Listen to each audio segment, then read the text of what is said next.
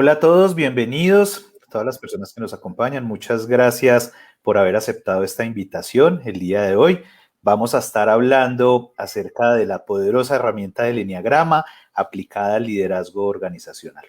Hoy me acompaña un gran amigo, una persona que hace muchísimos años, casi 20 años, me dio a conocer esta poderosísima herramienta. Germán, muchas gracias por acompañarnos el día de hoy. Un placer, Andrés. 20 años, Virgen Santa. Nos estamos haciendo viejos, hermanito. Sí, señor.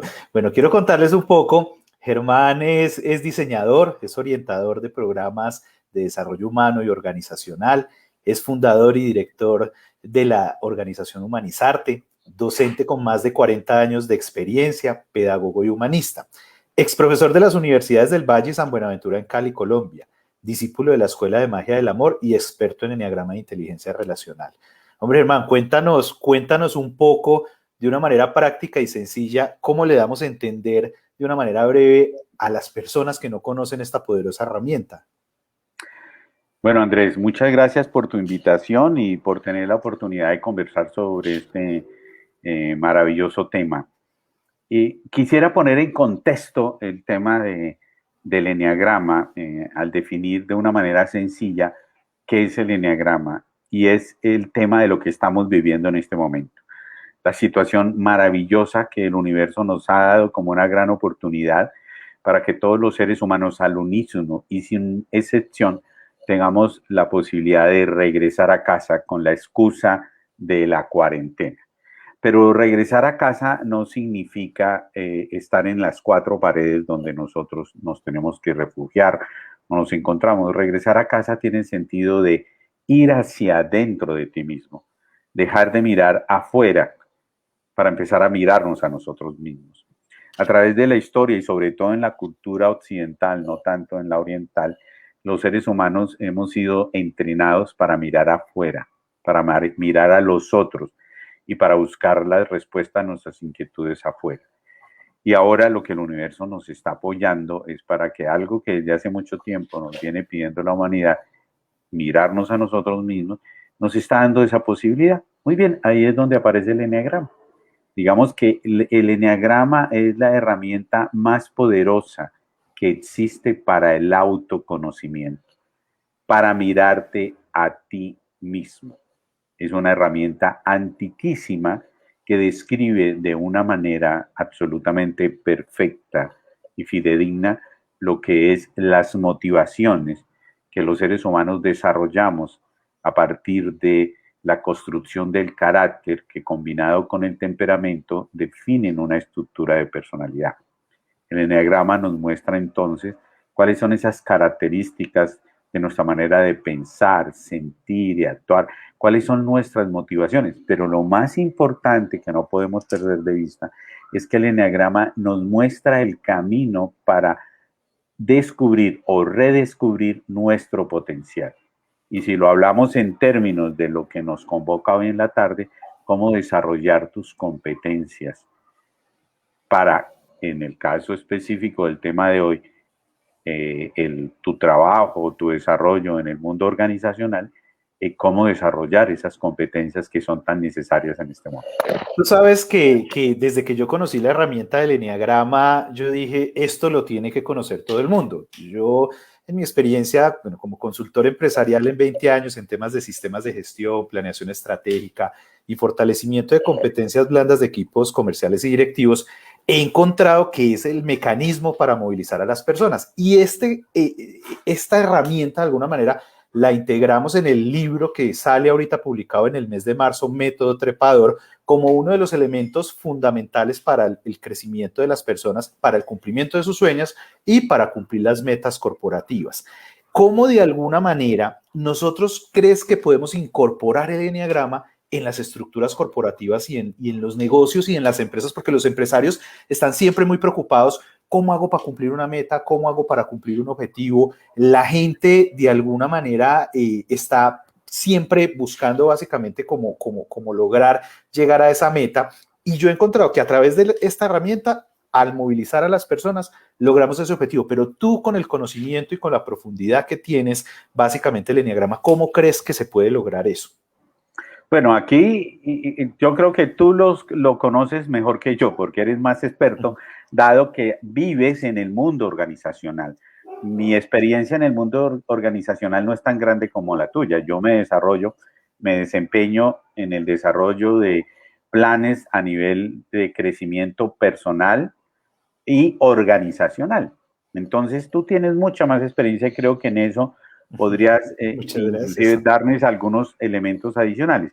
Pero digamos que yo básicamente daría el siguiente encuadre. Antes de la pandemia, para los empresarios más visionarios y más coherentes con la realidad, era claro que en un mundo como el de hoy en día, donde la competencia no es nacional, no es regional, sino es global, por la globalización del planeta, la subsistencia de las empresas no está determinada, hablo antes de la pandemia, esto habría que revisarlo y ver cómo ocurre, no estaba determinada por los recursos financieros, por los productos o servicios que ofrecía, por la infraestructura física, por la tecnología, sino que era claro que la subsistencia de las empresas en un mundo tan competitivo está basado o está soportado básicamente en el recurso más valioso que posee una empresa. Y en eso tú y yo sabemos cuál es ese recurso. Es su gente, es Es su su gente. gente. Partamos de esa base. Entonces, las grandes empresas que estaban subsistiendo hasta ese momento, básicamente era porque le habían apostado a la humanización de las empresas, entendido como su mayor capital, el ser humano, su gente. Muy bien. Permíteme, Germán, qué pena que te Sí. interrumpa. Las No, personas que nos acompañan y que tengan dudas o inquietudes pueden ir escribiendo en los comentarios y al final de la conversación vamos a tener un espacio para resolver preguntas. Discúlpame, Germán, sigamos. perfecto. Tenemos aquí un apoyo genial, no como nosotros que somos primíparos en esto de la tecnología y nos están ayudando para que esto fluya muy bien. Ok. Sí, señor. Muy bien, ahora con el tema de la pandemia, tal vez esto no vaya a cambiar mucho, sino por el contrario, se reafirme más. Porque es que resulta que ahora las condiciones han cambiado. Mira que antes había un paradigma que si tú lo recuerdas hace muchos años, decían, oiga, usted no lleve los problemas de su casa a la empresa, déjelos en la puerta de la empresa, y usted no lleve los problemas de la empresa a su casa. Ese era un paradigma de los años 60, 50 tal vez, y eso nada que ver, eso es absolutamente imposible. Entonces, hoy en día, con la situación que estás viviendo, menos que nunca le puedes pedir a las personas que lo que está viviendo en casa no lo lleve a la empresa o lo que está viviendo la empresa no lo lleve a la casa. Entonces, aquí es donde aparece una cosa bien importante y es la necesidad de estar alerta. ¿Cómo le vamos a responder y qué soporte emocional se le va a dar a las personas que están enfrentadas a una situación de crisis, de angustia, muchas de ellas, de temor de perder el trabajo y que además fuera de eso en su trabajo tienen que entrar a una dimensión totalmente nueva como es el trabajo virtual, que está demostrado que genera más estrés, que la gente tiene que trabajar mucho y que además prácticas no muy afortunadas al interior de las organizaciones hacen que se genere una vigilancia y una supervisión demasiado estresante para los trabajadores. Entonces, aquí donde esto debemos combinarlo con otro aspecto.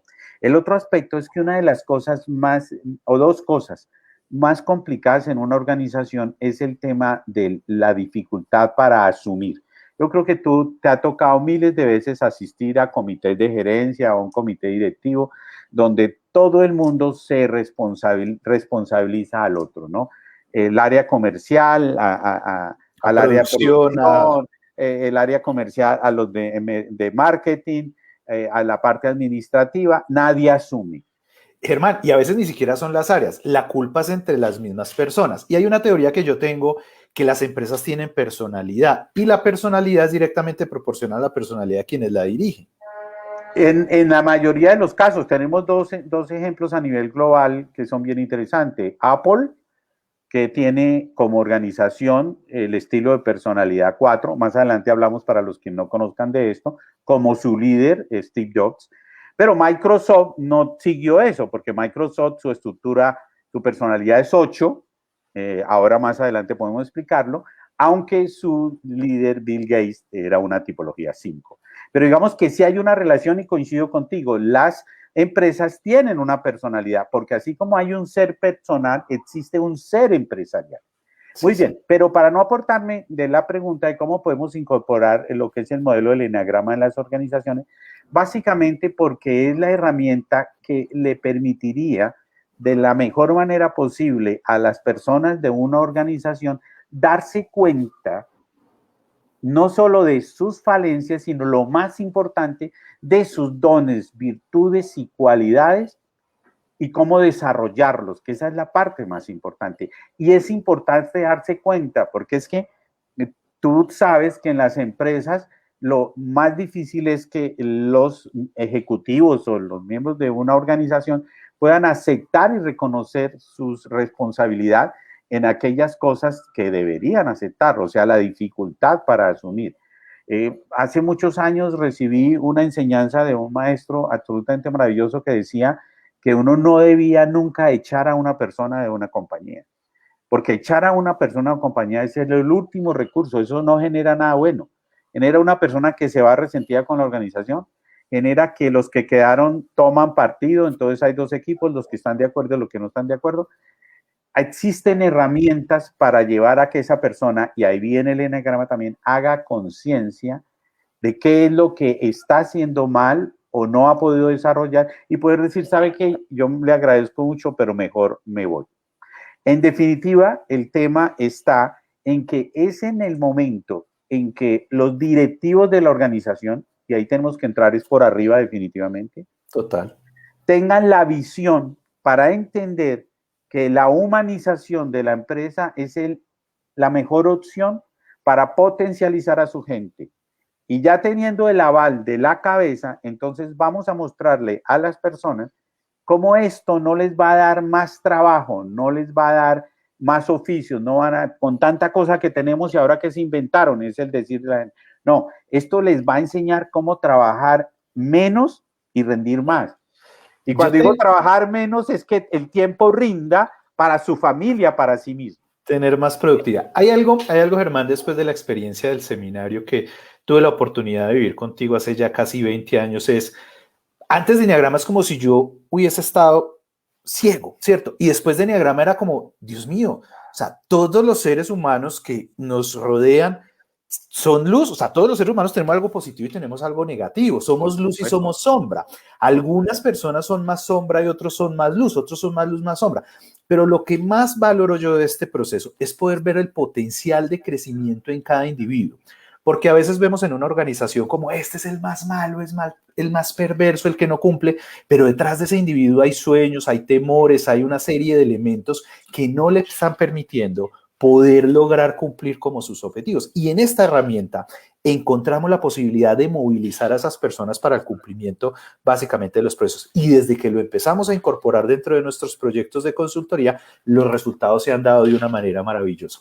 Cuéntanos un poco más acerca para el que no conoce Enneagrama, cómo es la estructura, cómo son las tipologías, cómo son los centros, como para que vayamos entrando, digamos, como en el contexto y generemos de alguna manera como ese entusiasmo que genera básicamente la herramienta como tal. Siempre me ha costado hablar en pocas palabras del eneagrama, pero por Total, favor, pero total. con gusto voy a hacer mi mejor esfuerzo para hacerlo más conciso. Pero no puedo dejar de pasar por alto lo que acabas de decir. Es claro que no existen malos empleados, lo que existen son malos líderes. Totalmente de acuerdo. Es un buen líder que tenga la visión y tenga las herramientas para poder conectar con su gente, poder orientar a su gente, apoyar a su gente, acompañar a su gente, puede descubrir con herramientas como el Enneagrama dónde está ese potencial de ese empleado, de ese ejecutivo, de ese colaborador, para ubicarlo como se mueven las fichas del ajedrez en el lugar más acorde y más importante. Es claro que hay personas que no tienen las cualidades para desempeñarse a nivel de la parte comercial, por ejemplo. Sí. Pero hay personas que tienen otras habilidades, por ejemplo, para el tema de producción o para el tema de calidad, el tema de control y calidad, de procesos, etcétera, etcétera. Muy bien, digamos que básicamente el eneagrama nos muestra las motivaciones y el sistema de creencias que cada uno de nosotros desarrolló a partir del temperamento que es genético y el carácter que se construye en el primer septenio de la vida. Esos dos elementos, carácter y temperamento, combinados definen una estructura de personalidad. El eneagrama te muestra eso, te explica cómo funciona eso. Y desde la teoría de los 3 centros de inteligencia, que tiene que ver con el cerebro triuno, los seres humanos, como resultado del proceso evolutivo, tenemos un cerebro que está dividido en 3 partes, por eso llaman el cerebro triuno, que es el cerebro reptil, el cerebro límbico y el neocortés. Y ahí se desprende del eneagrama los 3 centros o triadas que el eneagrama nos muestra. Es decir, que existen personas muy racionales que se han vuelto expertos y han hiperdimensionado la condición de su cerebro del neocortés. Entonces son personas muy analíticas, personas muy racionales, personas muy mentales. Las personas que hiperdimensionaron, desarrollaron el cerebro límbico y desarrollaron comportamientos altamente emocionales, o las personas que desarrollaron, hiperdimensionaron su centro instintivo, desarrollando comportamientos altamente instintivos. Básicamente decimos que los instintivos tienen la tendencia a desempeñarse muy bien haciendo. En el camino se organizan las cargas. Como de impulso, como de reacción impulsiva. Es una reflexión de los instintivos. En el camino se organizan las cargas. Totalmente contrario a los racionales, que los racionales dirían, un momentico, primero organicemos las cargas y luego arrancamos. Siempre hay el ejemplo, ¿qué hubiera pasado con la colonización antioqueña si los arrieros hubieran sido fundamentalmente racionales? Todavía estábamos esperando la colonización. No, eran fundamentalmente instintivos. El instintivo aprende haciendo, el racional no hace hasta que no aprende, y el emocional hace dependiendo de quien esté con él. O sea, para el emocional es muy importante el tema de las relaciones, el tema de cómo es visto. Entonces, digamos que ahí, básicamente, de manera muy general, tenemos una primera experiencia para ver a nivel de una organización cómo está ese potencial. Recuerdo en este momento en el eje cafetero una organización que tenía un 80% de sus empleados racionales. Era un mundo de ingenieros. Cuadriculada, me imagino. Un mundo de ingenieros, porque además su día a día tenía que ver con toda una formación de ingenieros. Entonces, ellos tienen una formación absolutamente determinada por el aspecto racional. Ya luego, el eneagrama viene de la palabra enea y hace alusión a una estructura, un pictograma que grafica de una manera muy sencilla estos 3 centros que a la vez son triadas, y en cada uno de ellos existen 3 eneatipos. ¿Qué es un eneatipo? Un eneatipo es el conjunto de pensamientos, sentimientos, comportamientos que cada uno de nosotros desarrolló como parte de su estructura de personalidad y que nos funcionó muy bien en los primeros años de nuestra vida, pero que con el desarrollo del tiempo se puede convertir en algo negativo, porque esa estructura de personalidad que nosotros construimos se convierte en el velo que tú decías.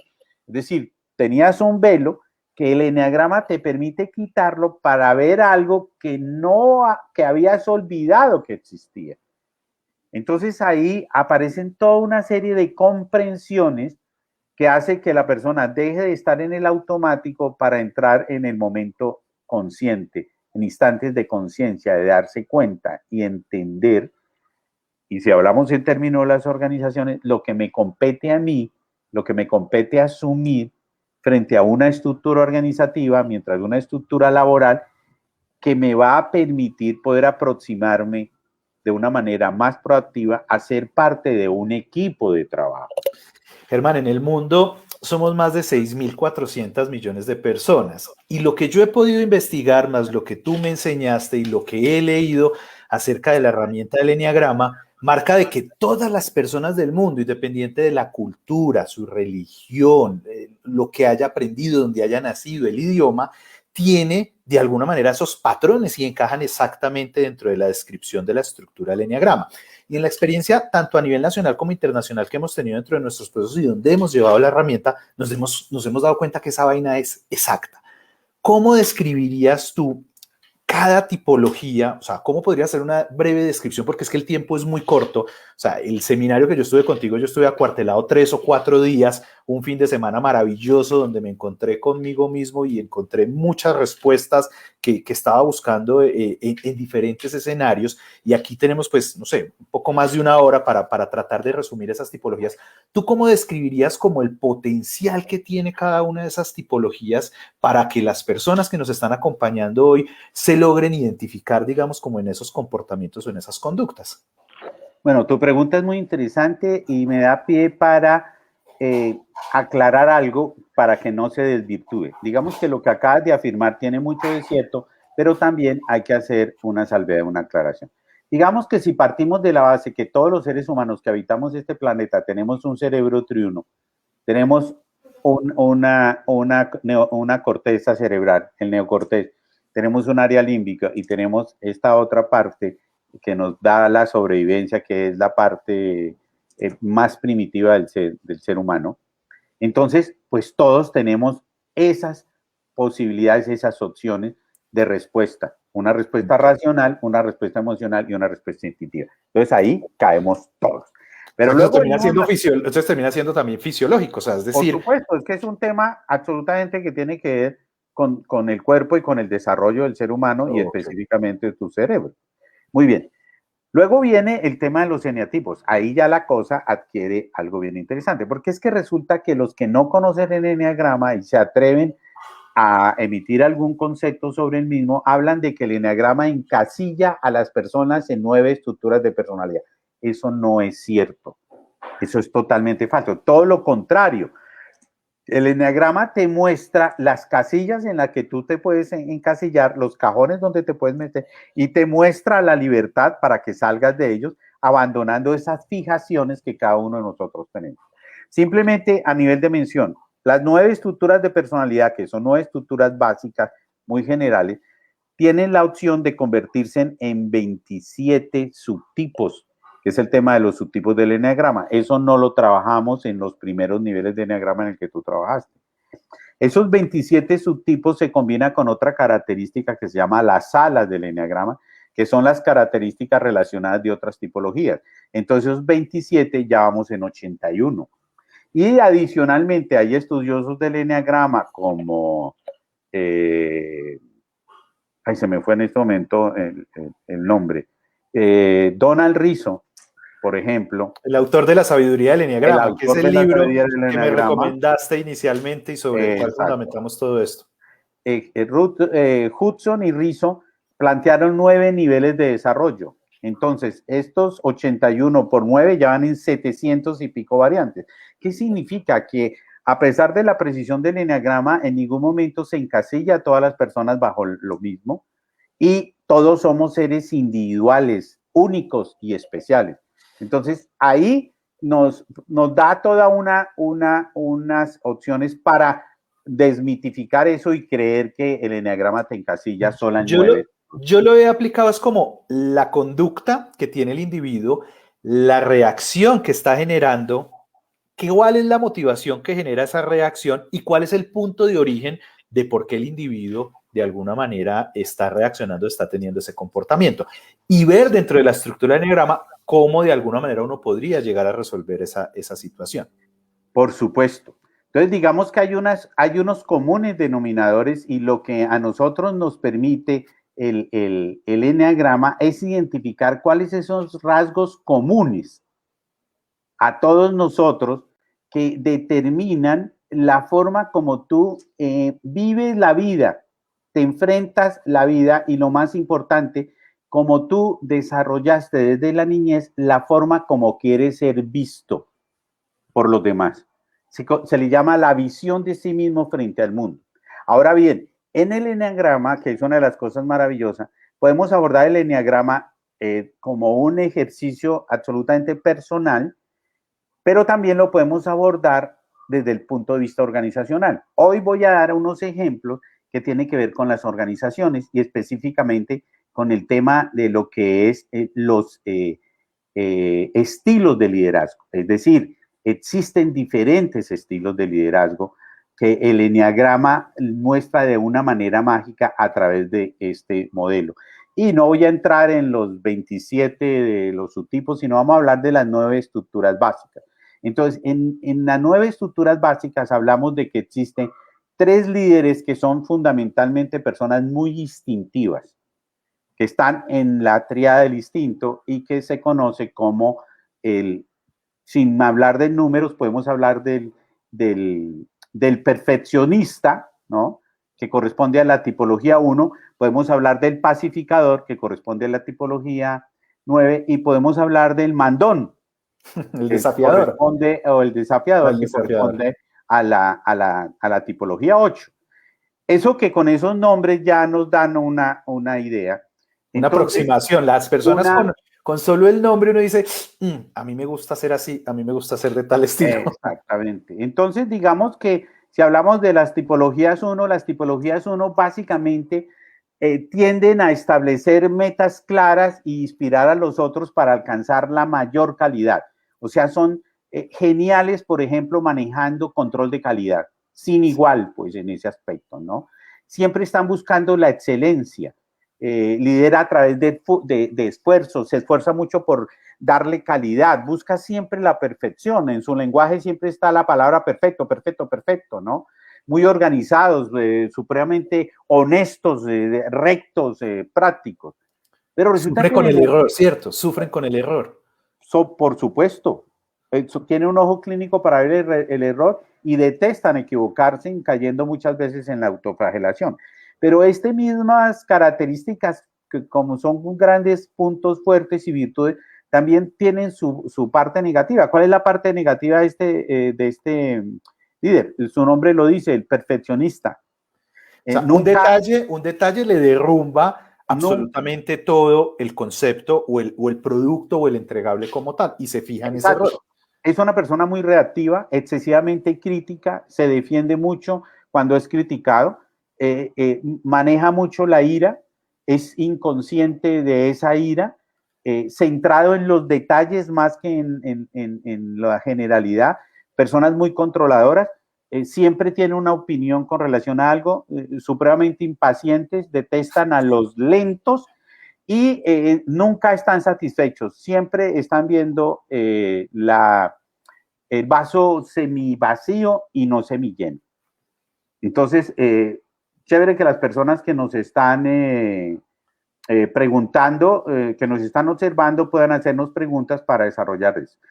Esa es la tipología 1. Podríamos decir que el 1 uno lo identifica y uno ve expresión de que está bravo y le preguntas, ¿estás bravo? No, yo no estoy bravo. Pero su interacción es como si estuviera enojado. No, yo hablo así. Pero no me regañen. No, yo no le estoy regañando. Entonces, estas personas generan en su grupo una tensión supremamente grande. Y la gente tiende a equivocarse por esa tensión. Ellos además tienden a ser muy trabajólicos porque les cuesta delegar. Su frase es que ¿para qué delego si van a hacer las cosas mal? Entonces yo mismo las hago por sí mismo. Por eso se vuelven trabajólicos, por eso tienen poco tiempo para descansar, poco tiempo para ellos. Y piensan que si no lo hacen ellos, no va a salir bien. O sea, hemos visto situaciones donde ese tipo, esas conductas asociadas a esa tipología, hemos encontrado personas que sienten que si el trabajo no es hecho por ellos mismos, no va a quedar bien hecho y les cuesta muchísimo trabajo entregarle a otro básicamente la responsabilidad. Ok, luego está el 8, el jefe o también conocido como el mandón.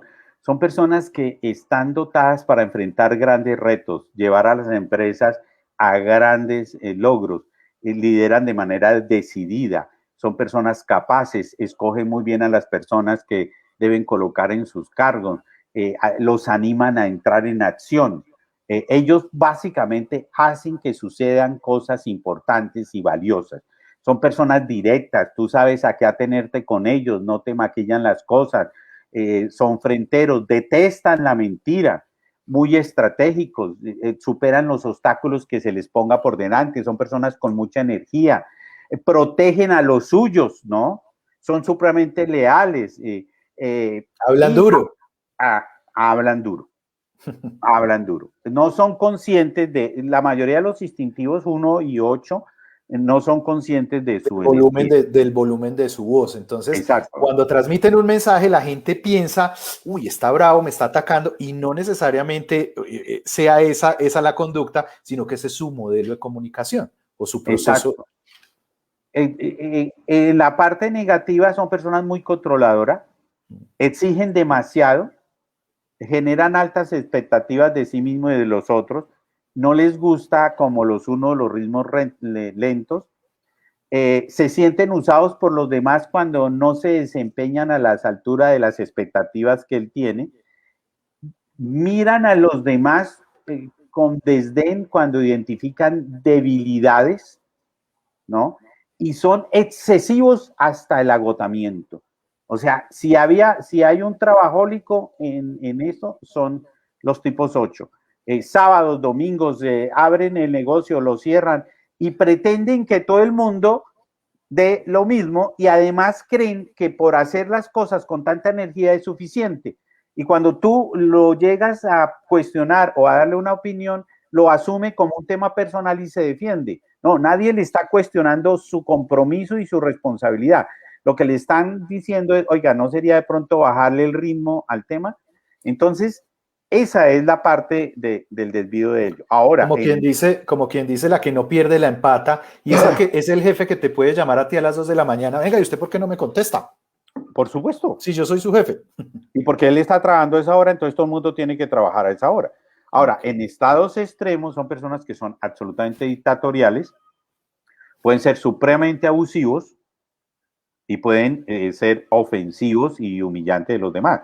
O sea, aquí en esto hay una parte donde hay diferentes niveles en cuanto a qué tan lejos o qué tan cerca estamos de la parte de luz. Algunos en un estado de descomposición pueden estar muy lejos de esa parte de luz. Germán, un error que hemos visto en las organizaciones es a veces calificar a las personas como buenas o malas. Yo siempre he pensado que todos los seres humanos somos luz y tenemos un potencial de desarrollo infinito y todos tenemos un lado oscuro. Yo siempre le digo a la gente, oye, mira, hemos sido los malos en la historia de alguien. ¿En la historia de quién has sido tú el malo? Por tu conducta y por tu comportamiento. Hay algunas tipologías o algunas conductas asociadas a las tipologías que a veces las personas quedan muy marcadas por ciertas conductas o ciertos comportamientos y la gente dice, uy, no, qué miedo esa conducta o ese comportamiento, porque las personas pueden quedar afectadas por alguna situación de ese tipo como la que expones. Hay dos cosas que tú has mencionado y que es bien interesante. Una cosa es lo que yo soy y otra cosa es cómo me comporto.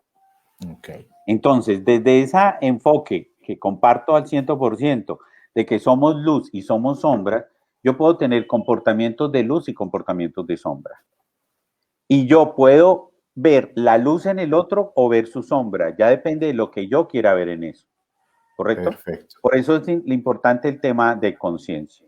Muy bien. Ahora, dentro de los instintivos aparece ahora un eneatipo que es el 9, que a veces no pareciera instintivo, porque contrario a los otros dos, este es la negación de la energía que se manifiesta fundamentalmente en los instintivos, que es el enojo, la rabia, la ira. Este no, este es el pacificador, este es el pacífico. Dios me lleve, Dios me traiga. Da lo mismo. Decidan arriba, por mí. abajo. Decidan por mí, etcétera. Ellos tienden son muy atentos a ayudar a alcanzar la misión colectivo, ¿no? Les encanta y pueden armar ambientes de trabajo muy estructurados y muy armoniosos.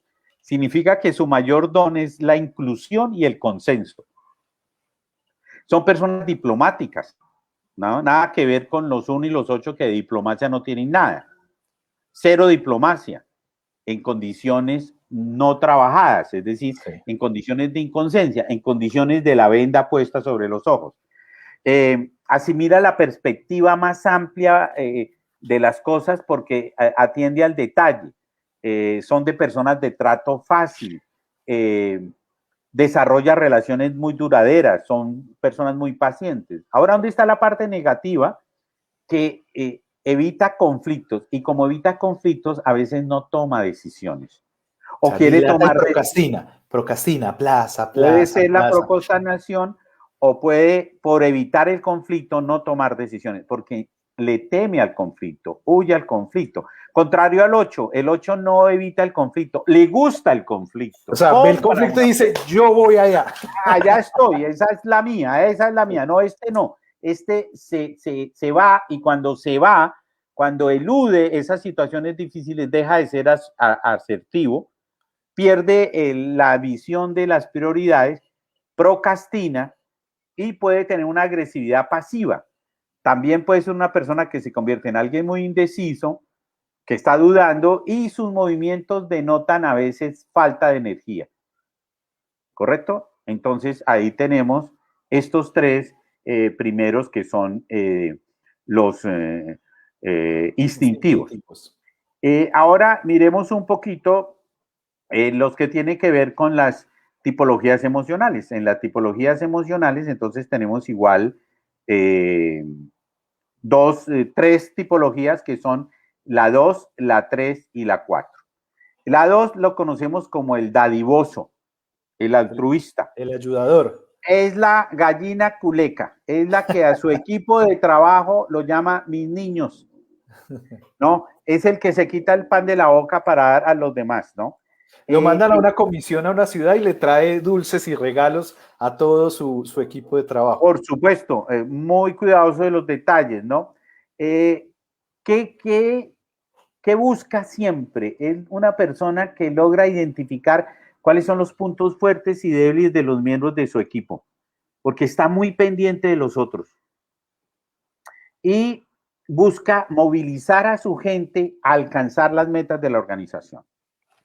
Ese es un líder absolutamente espectacular en ese aspecto. Ya vamos a ver cómo esto se puede volver negativo.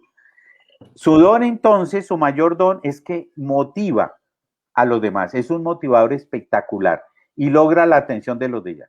Es estupendo relacionista. Es una persona que genera mucha empatía. Es generoso, apoya, alegre, agradable. Es una persona muy responsable, trabajadora y siempre pendiente de las necesidades de los demás. Motiva a los otros. ¿Dónde están las partes negativas? Que al igual que el 9 del pacificador, se vuelve muy contemporizador, contemporiza con su gente, genera relaciones demasiado íntimas, demasiado afines, y entonces cuando tiene que tomar decisiones que no sean muy populares, no las puede tomar. Es un instinto de liderazgo muy maternal en desvío, es decir, cuando va más de la sombra. Tiene otro inconveniente, es que no sabe decir no. A todo le dice sí, entonces se compromete con cosas que no debería haberse comprometido, ¿no? Vive muy preocupado de que no se ha querido por su gente y por eso tiene dificultad para tomar decisiones asertivas cuando no es querida por los demás. No reconoce sus propias necesidades porque está pendiente de los demás, ¿no? Es tan egoísta. Hay una frase que tú dijiste en el seminario que yo participé, que yo recuerdo muchísimo, y decías, es tan egoísta quien piensa en sí mismo sin pensar en los demás, como quien piensa en los demás sin pensar en sí mismo, describiendo esa tipología. El egoísmo son diferentes egoísmos, pero el egoísmo no está centrado en el egocéntrico. Es decir, es tan egoísta el egocéntrico como este, que por no pensar en sí mismo, está siempre pensando en los demás. Se enfurece cuando los otros son maltratados y es muy consciente en un patrón inconsciente que lo rige, y es que yo doy, pero tú necesito recibir. ¿Correcto? Entonces, es muy importante que tengamos claro que hay un aspecto de sombra y hay un aspecto de luz, como en todo. Aquí estamos dando el ejemplo específicamente en temas organizacionales. El siguiente es la tipología 3, que es la persona triunfadora, la persona exitosa. ¿Qué significa eso? Tiene el palito para siempre ser una persona muy exitosa, pero además porque siempre lo busca hasta el punto de que se vuelve obsesivo. Digamos que esta es una persona que siempre busca crear un ambiente que esté centrado en los resultados. Más que los procesos, le interesa son los resultados. Y está muy atento a que las personas atiendan las metas de la organización y cuál es su estructura, porque está totalmente centrado en los resultados. Eso tiene su aspecto positivo, pero ¿qué ocurre cuando los resultados no se dan? Ahí viene el caos, ¿no? Su don, pues obviamente lograr éxito, lograr resultados. Tienen una energía muy alta. Son bonitos. Son personas Bonitos y son bonitas, que se manejan, preocupan se preocupan mucho por su imagen. Son personas que tienen la habilidad para leer en un auditorio. Ellos tienen un escáner donde al lugar que llegan escanean el lugar antes de interactuar. Entonces, una habilidad grande para comprender y leer un auditorio, leer un entorno. Es una persona optimista también, tiende a superar problemas, es una persona emprendedora, conquistador, etcétera. ¿Dónde está la parte negativa? Que es excesivamente competitivo, supremamente competitivo. Puede ser muy agresivo, como el 1 y como el 8, puede ser muy agresivo, descalifica a los demás fácilmente, los puede descalificar por su apariencia física, por su estatura, por por su educación, por su estatus social. Detesta las personas que hablan mucho, entonces tiene dificultad para comunicarse, se vuelve muy impaciente, no le dedica mucho tiempo a las relaciones, salvo que esas relaciones le vayan a generar un logro, un prestigio, un estatus, ¿no? Y se preocupa demasiado de su imagen. Sufren mucho, manejan mucho estrés, manejan mucha tensión. Pero Cuando no se les nota, ¿cierto? no se les nota porque va por dentro. Ellos desarrollan enfermedades supremamente tesas porque se angustian y tienen demasiado miedo a no dar la talla, tienen mucho miedo al fracaso. Entonces siempre en la puerta del horno se le quema el pan. Entonces he trabajado con muchos líderes a nivel de multinacionales con esta estructura de personalidad y me comparten la angustia con la que ellos viven, ¿no? Por ese estrés y esos niveles de exigencia que se autoimponen, porque además creen que son valorados por lo que hacen, no por lo que son. Entonces, por eso la importancia tanto en el hacer. Se vuelven personas muy hiperactivas, se vuelven personas que siempre están. Ellos tienen el síndrome del Espíritu Santo, creen que pueden estar en 2 y 3 lugares al mismo tiempo. Se comprometen entonces más de la cuenta. Les tienen dificultad, como hacen tantas cosas, entonces descuidan mucho el detalle y la calidad del mismo. Muy bien, y luego el tercero de este campo emocional es el líder, que podemos llamar el romántico, el soñador, ¿no? Aquí entraría el famoso... Sería como el individualista. El Steve Jobs, ¿no? Este es el Steve Jobs, este es lo que está detrás de Apple. Escucha la descripción que hago de este líder y mira cómo Apple es eso, fue el sello que le impregnó. Ellos buscan crear organizaciones que le den significado y propósito a las personas para que estén inspiradas para hacer un excelente trabajo. El tema de la excelencia. ¿Recuerda la anécdota de Steve Jobs cuando le presentaron la primera BOAD, tarjeta madre de su primer computador, y la miró y les dijo, esto está horrible, rediseñenla? Y los ingenieros dijeron, pero es que nadie la ve. Y él que dijo, yo la veo. Entonces, rediseñenla. Por eso el alto sentido de la estética, el alto sentido del buen gusto, de la calidad. Buscan la pasión, ellos son muy pasionales y requieren que la gente se apasione. Les encanta buscar interconexiones personales. Son personas muy inspiradoras, son personas muy creativas, que son expresivos, muy intuitivos. Siempre buscando la excelencia y la originalidad. Ahora, ¿dónde está la parte negativa? Que pueden ser personas muy intensas, personas muy centradas en sí mismas. Además de una característica muy peculiar en ellos y es la ciclotimia. ¿Pueden llegar a ser melancólicos? ¿Pueden llegar a...? Por supuesto, en el caso de Steve Jobs, él se aislaba de la gente.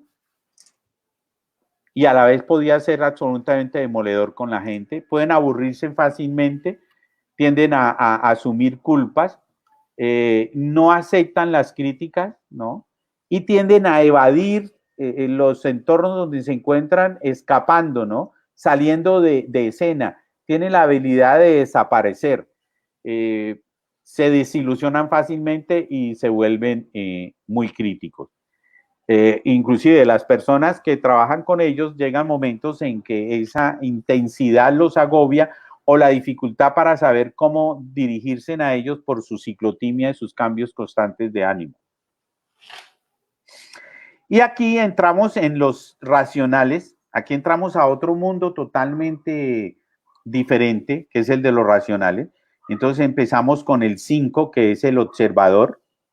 El distante, este mira de lejos, este no interactúa, ¿no? Él busca organizaciones que sean no muy eficaz, que le inviertan a la investigación, el planeamiento, la discusión, a los sistemas, y obviamente que todos trabajen en una misión común. Muy inteligentes, ¿cierto? Muy inteligentes. Su don principal es la objetividad, la importancia de la objetividad. Son personas muy analíticas, perceptivas, objetivas, desapegados, sistemáticos, siempre están planeando y con unas dimensiones inmensas, muy buenos asumiendo crisis, personas muy persistentes, y en su parte de desvío, en su parte negativa, se vuelven personas muy controladoras, se desconectan fácilmente de los demás, se pueden volver muy introvertidos, excesivamente independientes, dificultad para trabajar en equipo, eso lo lleva a ser personas poco asertivas, hacen muy poco énfasis en las relaciones, no comparten información, se vuelven muy avaros y mezquinos con la información, obstinados y muy críticos de los demás. Fíjense que en los dos aspectos pueden ser totalmente opuestos. O sea, desde el lado positivo, en el lado de luz, puede ser totalmente opuesto a su lado de sombra. O sea, la conducta es el opuesto. Lo opuesto. Y la conducta que más predomina es la conducta de sombra. Que eso tendríamos que mirar en detalle ya de por qué es la que... Del origen, del origen. De por qué es la que más se manifiesta. Luego venimos aquí al 6, que es la persona escéptica, también la conocen como el leal, y también la conocen como la persona desconfiada. Yo siempre doy un ejemplo de los tipos 6, y es que ellos son los que apagan la luz cuando las empresas la liquidan. Siempre en la liquidación de una empresa aparece un tipo 6. Son absolutamente leales, son absolutamente interesados en resolver todo lo que tiene que ver con la parte organizacional. Les gusta crear ambientes muy creativos y para resolver problemas, y buscan mucho que cada persona aporte a la solución. Su don fundamental es la búsqueda y la atención a los insights, a la planeación. Son personas leales a las empresas y a los empleados, personas que son muy responsables, son muy prácticos, colaboradores, muy estratégicos, su mente es muy aguda, son absolutamente perseverantes y tienen una habilidad para anticiparse a los problemas.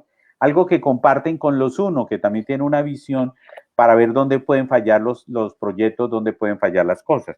En su parte negativa pueden ser personas muy preocupadas, pueden ser personas muy pesimistas, siempre pueden ver el peor escenario. Inseguros en sus apreciaciones. Pueden ser personas que generan, pueden volverse muy desafiadores, sobre todo cuando descubren que sus superiores no saben. O sea, lo peor que le puede ocurrir a un tipo 6 es que su jefe no sepa, no tenga experiencia, esté haciendo las cosas mal, la pierde toda. Como en el caso de los 1, cuando descubren que alguien está haciendo algo torcido, tome por fuera, o el 8, cuando le mienten. Su reacción es la más extrema cuando se suceden ese tipo de situaciones. Mejor dicho, si quieres torear a una de estas personas, dígale una mentira a un 8. ¿Cuál sería ese ejercicio? O sea, mejor dicho, en una ronda rápida, o sea, ¿qué descompensa cada tipología? ¿A un 8 que le mientan? A un 8 que le mientan. La de lealtad, si hay alguna persona leal, también es el 8. Sí. ¿Qué descompensa el 9? Un 9, los conflictos. Ok. Eso definitivamente. A uno la corrupción. El 1, la corrupción. El 2, la ingratitud, ¿no? El 3, qué puede descompensar mucho a un 3? ¿Cuál podría Fracaso, ser? la imagen, su autoimagen. Digamos que a un 3 lo descompensa mucho la crítica Ok. o los aportes que alguien esté haciendo donde lo estén invalidando y él sienta que eso afecta su desempeño. Eso inmediatamente se descompone. Al 4, ¿qué lo va a descomponer? El que lo vean como común y corriente, como igual a todo el mundo, cuando pierda esa particularidad, ¿no? Y vuelve el ejemplo de Steve Jobs, es único, o sea, ellos Diferente. siempre están buscando eso. El 5, en un momento dado, el 5 lo puedes compensar el agobio, el que se metan en su mundo, el que pierda Su zona de protección, su cueva, exacto, que alguien pretenda meterse, que lo agobie, o también puedes compensar mucho a un tipo 5 la parte emocional. Okay. Al tipo 6 ya dijimos que lo va a descomponer es el que no sepa, el que tenga que hacerle caso, obedecer o seguir las instrucciones de alguien que está mostrando que no sabe. Okay.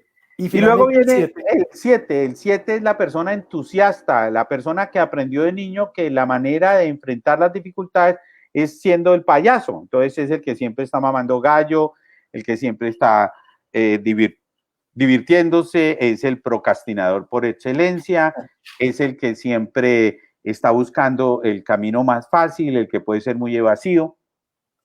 Sin embargo, en sus partes positivas, que es lo que nos interesa mostrar, son personas que tienen mucho ánimo, en los peores momentos son muy positivos. No hay nada como tener un amigo tipo 7 cuando uno se encuentra mal. Personas muy innovadoras y buscan siempre buscar nuevas oportunidades y pueden ser estupendos vendedores, estupendos comerciales. Básicamente son muy flexibles e innovadores. Por eso algunos analistas veían a Steve Jobs como un 7, pero no, por lo innovador, no. Él no era nada flexible. Los 7 son la flexibilidad ante todo. Son supremamente flexibles, son imaginativos, creativos. Son Germán, personas muy entusiastas. y el punto que descompensa un 7, ¿qué es? ¿Que se salgan las cosas del plan? O... La rutina, la monotonía, lo que sea Okay. aburrido. O sea, un lugar de trabajo de un tipo 7 tiene que ser Alegre. una montaña rusa, un campo de diversiones. Cuando yo veo, por ejemplo, que estuve mirando un documental sobre Pixar, las instalaciones de Pixar o las instalaciones de Google, ahí tiene que haber un 7 de por medio, porque son lugares animados, lugares para divertirse, en que la gente se sienta, ellos están muy atentos a que la gente se sienta a Bien gusto, atendida. en que disfrute de su lugar, son personas entusiastas, muy curiosas. Ellos se les llaman, tienen el síndrome del Peter Pan, son siempre niños, nunca pierden la curiosidad, son personas muy optimistas, polifacéticas, multitareas. La mente más rápido del enneagrama son ellos son los más rápidos y siempre conectando datos de diferentes fuentes. ¿Dónde está su parte negativa? Pueden ser muy impulsivos, se pueden perder y no centrarse, pueden ser muy rebeldes, evita todo lo que sea difícil, doloroso o conflictivo. Es muy reactivo cuando hay un feedback crítico y siempre tiende a racionalizar las cosas. Entonces, digamos que ahí fue un viaje rayo veloz por los diferentes estilos de liderazgo asociados al estilo de personalidad que el enneagrama nos muestra. Algo que nos ha pasado, Germán, con nuestros clientes al conocer esta poderosa herramienta, y yo insisto, le insisto a los líderes que asesoramos en los diferentes frentes de trabajo, es tengamos cuidado cuando transmitimos un mensaje, porque si no tienes conocimiento pleno de tu equipo de trabajo, de sus conductas, de sus aspectos positivos y negativos, tú transmites un mensaje y cada uno entiende una cosa diferente. El uno lo recibió como un regaño, el otro como un mensaje motivacional, el otro como, venga, que me están dando una instrucción. O sea, ¿cómo crees tú desde la estrategia empresarial cómo incorporar, antes de pasar ya al área de preguntas, ¿cómo puede ser la estrategia dentro de una organización para incorporar la herramienta dentro del equipo de trabajo? Mira que la primera observación que yo haría o la primera sugerencia que yo haría es más allá de identificar cuáles son las estructuras de personalidad de los diferentes miembros de un equipo, es identificar el centro de energía o centro de inteligencia predominante, es decir, Perfecto. es la persona racional, emocional o cerebral. ¿Por qué? Porque si yo soy un líder y quiero apoyar a mi gente, quiero aplicar técnicas de coaching y yo estoy trabajando contigo, lo primero que tengo que identificar es a quién le estoy hablando. ¿Por qué? Porque yo tengo que abrir el canal de comunicación y es muy diferente el canal de comunicación de un emocional, de un racional o un cerebral.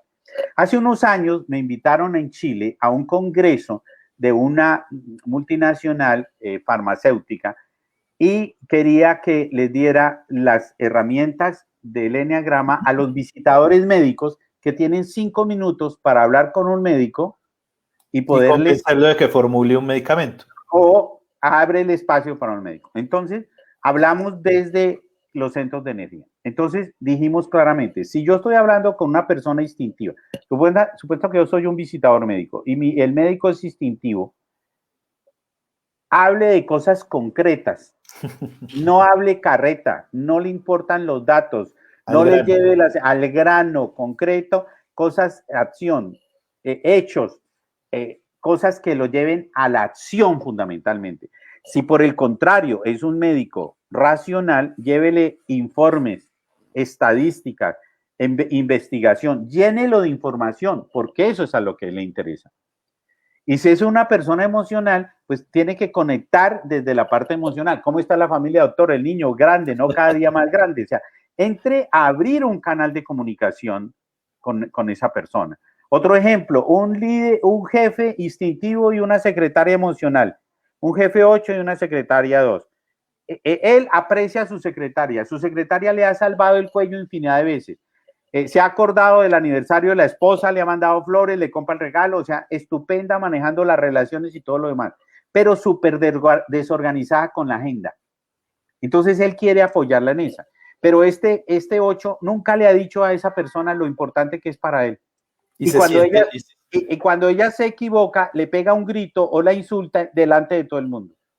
Entonces, si yo como jefe tengo una de esas estructuras y quiero apoyar a una niña que es una estupenda colaboradora, espectacular relacionista, pero desordenada a morir, lo primero que tengo es que abrir su canal de comunicación. Su canal de comunicación es el emocional, entonces tengo que tenerla en cuenta a ella.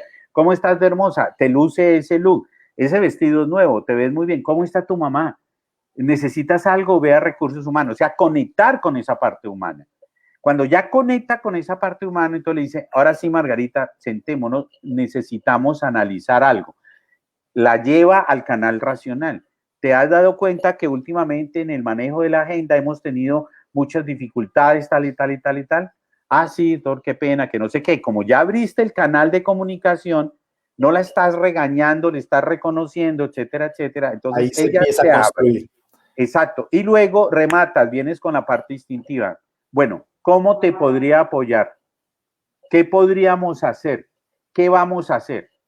Es decir, es importante que tú hagas una lectura de cuál es el canal de comunicación que tienen, porque no todas las personas se comunican por el mismo canal.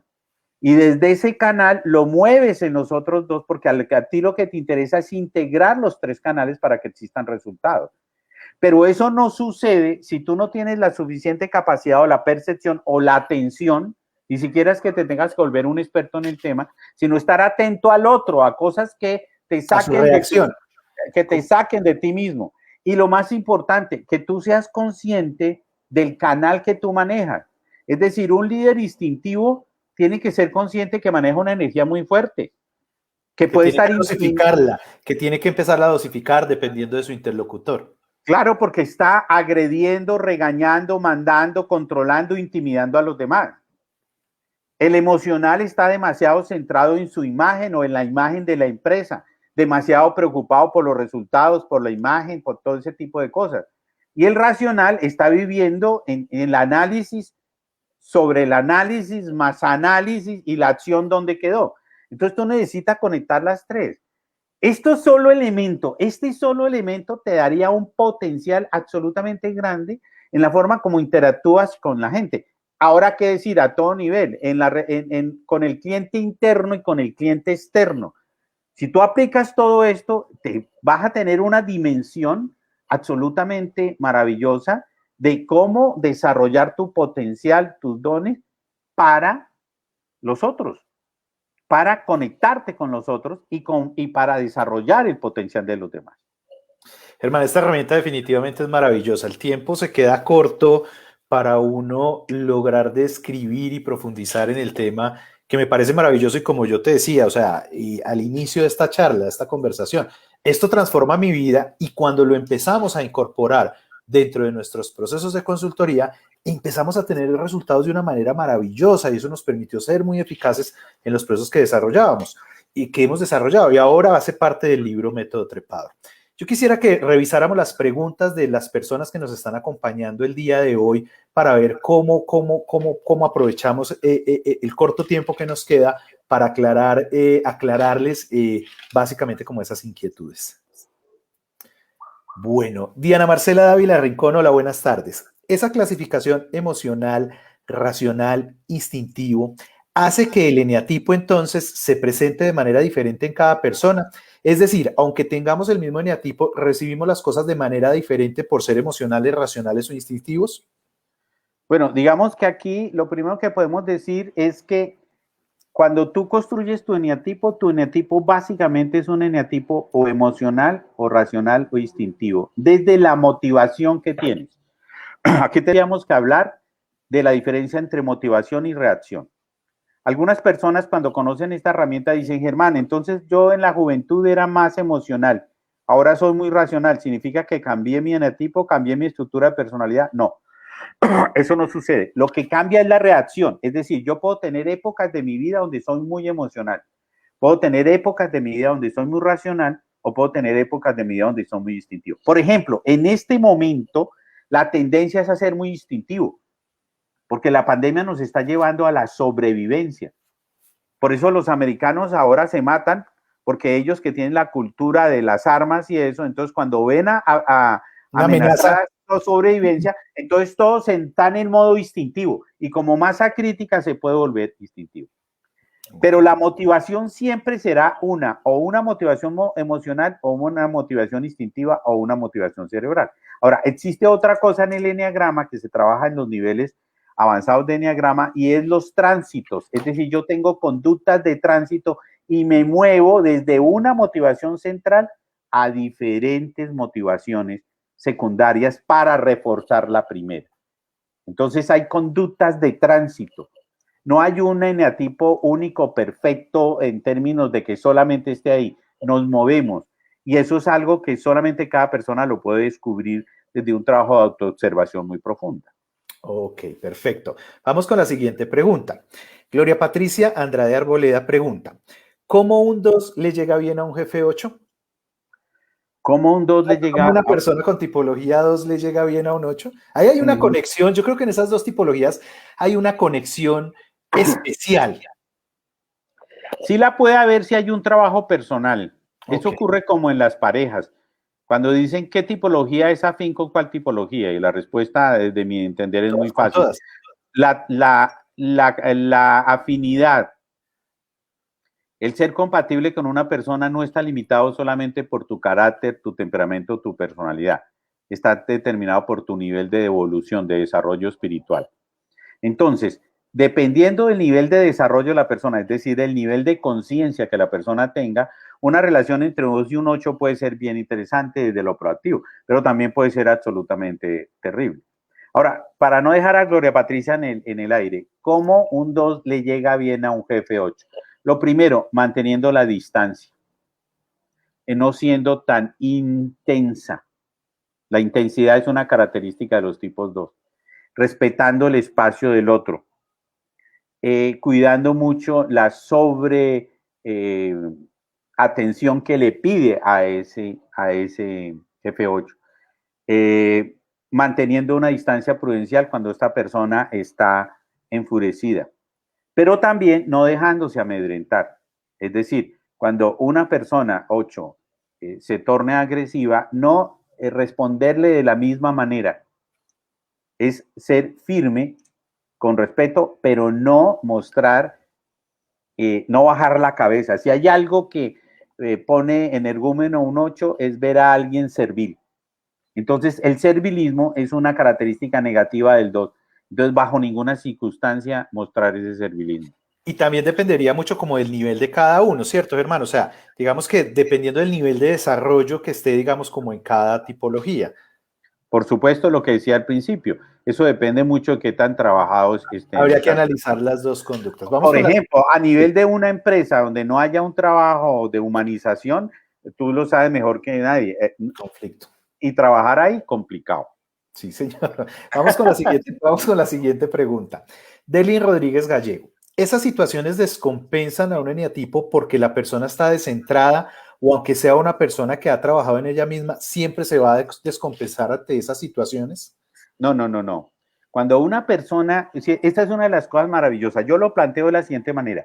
Cuando nosotros llegamos a herramientas como esta, lo que el ser humano en la generalidad de su vida vive son momentos de estrés, momentos de tensión de este tamaño, momentos de angustia, de dolor, de sufrimiento. Y los momentos de paz y armonía son de este tamaño. Cuando tú empiezas a quitarte la venda de los ojos y empiezas a trabajar herramientas del autoconocimiento, del desarrollo personal, tus momentos de paz, tranquilidad y armonía van creciendo y los momentos de estrés van reduciéndose. El día que tú emparejas esto, sientes algo absolutamente genial, que es lo que a ti, a pesar de 20 años de haber conocido esto, sigues con el mismo entusiasmo de la primera vez. Es decir, que con estas herramientas y con el trabajo que estas herramientas te permiten hacer, ya las situaciones no te descompensan como te descompensaban antes.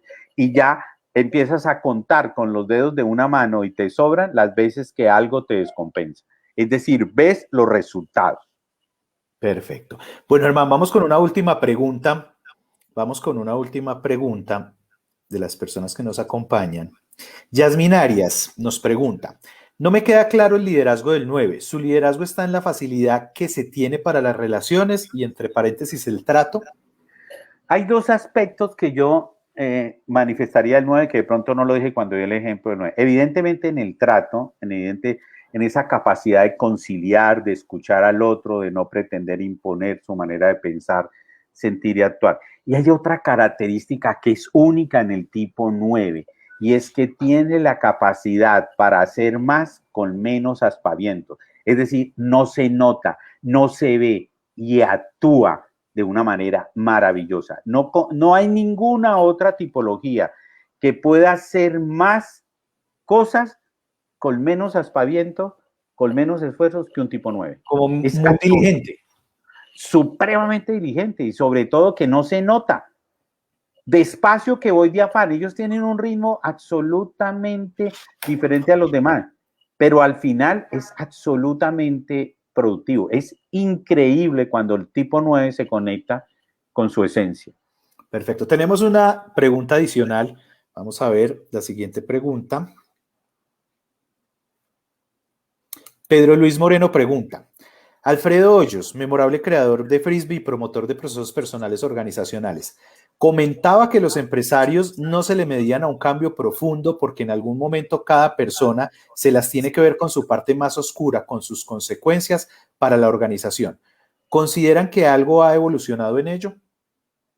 A ver, yo vuelvo y leo y si tú me ayudas, a ver, en fin, Sí. promotor comenta que las empresas no se le medían a un cambio profundo porque en algún momento cada persona se las tiene que ver con su parte más oscura, con sus consecuencias para la organización. ¿Consideras que algo ha evolucionado en ello? Pues, estimado Pedro, si no ha evolucionado esto, apague la luz y vámonos. Una de las cosas que hay en este momento que el universo nos está llevando es que si nosotros no hacemos cambios fundamentales en nuestra manera de pensar, sentir y actuar, en la coherencia entre lo que es nuestro anhelo, nuestro potencial fundamental, nuestra visión de lo que debe ser la vida desde ese aspecto humano que habita en nosotros, pues estamos perdidos. Y lo que el universo está haciendo es llevándonos a ese momento. Y las empresas no son ajenas a eso. Todo empresario visionario sabe que en cualquier momento va a haber un colapso económico. acompañado de colapso político. Los chinos lo saben, los chinos lo saben. Los chinos están ejerciendo cambios en muchas de sus organizaciones fundamentales, porque saben, como debería ser una cosa evidente, pero es que estamos aferrados a algo que no queremos cambiar. Entonces, si nosotros no cambiamos la actitud, apague la luz y vámonos. Y a nivel de las empresas, eso es lo que va a determinar cuáles las empresas que subsisten y cuáles no, y cuántos son las que van a perdurar un tiempo más en la historia. Bueno, Germán. Bueno, muchísimas gracias, Germán, por este espacio. Realmente es maravilloso conversar contigo respecto a este tema. No hablábamos hace algún tiempo, volvimos a conversar básicamente para preparar este conversatorio tan ameno. Invitamos a todos nuestros seguidores a que nos sigan básicamente en nuestras redes sociales, en tus redes, Germán. ¿Cómo te podemos encontrar en Facebook, en Instagram, en YouTube? Humanizarte. Como Humanizarte, perfecto. Humanizarte con H y Z, ahí me van a encontrar en Facebook, en Instagram, en LinkedIn, en todas las redes, y ahí estamos para servirles en lo que necesiten. Perfecto. A nosotros nos pueden encontrar a través de Método Trepador en nuestro canal YouTube, en nuestro fanpage, en nuestra página personal de Facebook, en Instagram. El libro Método Trepador estará disponible desde el mes de marzo en las principales librerías del país, grandes superficies, almacenes de cadena, y la versión digital pues estará disponible en Amazon y en las plataformas de Apple y de Android, ¿cierto? Y ahí tenemos un capítulo especial donde hablamos de Eneagrama. Germán, muchísimas gracias, supremamente valioso este espacio. Sabemos de tu ocupada agenda y de verdad gracias por dedicarnos este tiempo. A ti, Andrés, un placer conversar de esto contigo, y pues como siempre mi agradecimiento, mi admiración por la constancia, y porque sé que cuando encontraste dificultades en las empresas, esperamos que ahora sean más receptivos, siempre seguiste con el discurso, y porque lo verificaste, y bueno, están los resultados. Te felicito por el libro y por el desarrollo del método trepador, y bueno, ahí estamos para servirte en lo que necesites. Germán, muchas gracias. A los seguidores que estuvieron conectados con nosotros el día de hoy, muchísimas gracias, y en nuestras plataformas podrán encontrar el video para que lo puedan replicar. Les agradezco muchísimo la atención. Cuídense mucho. Chao. Hasta luego, que estés muy bien. Gracias.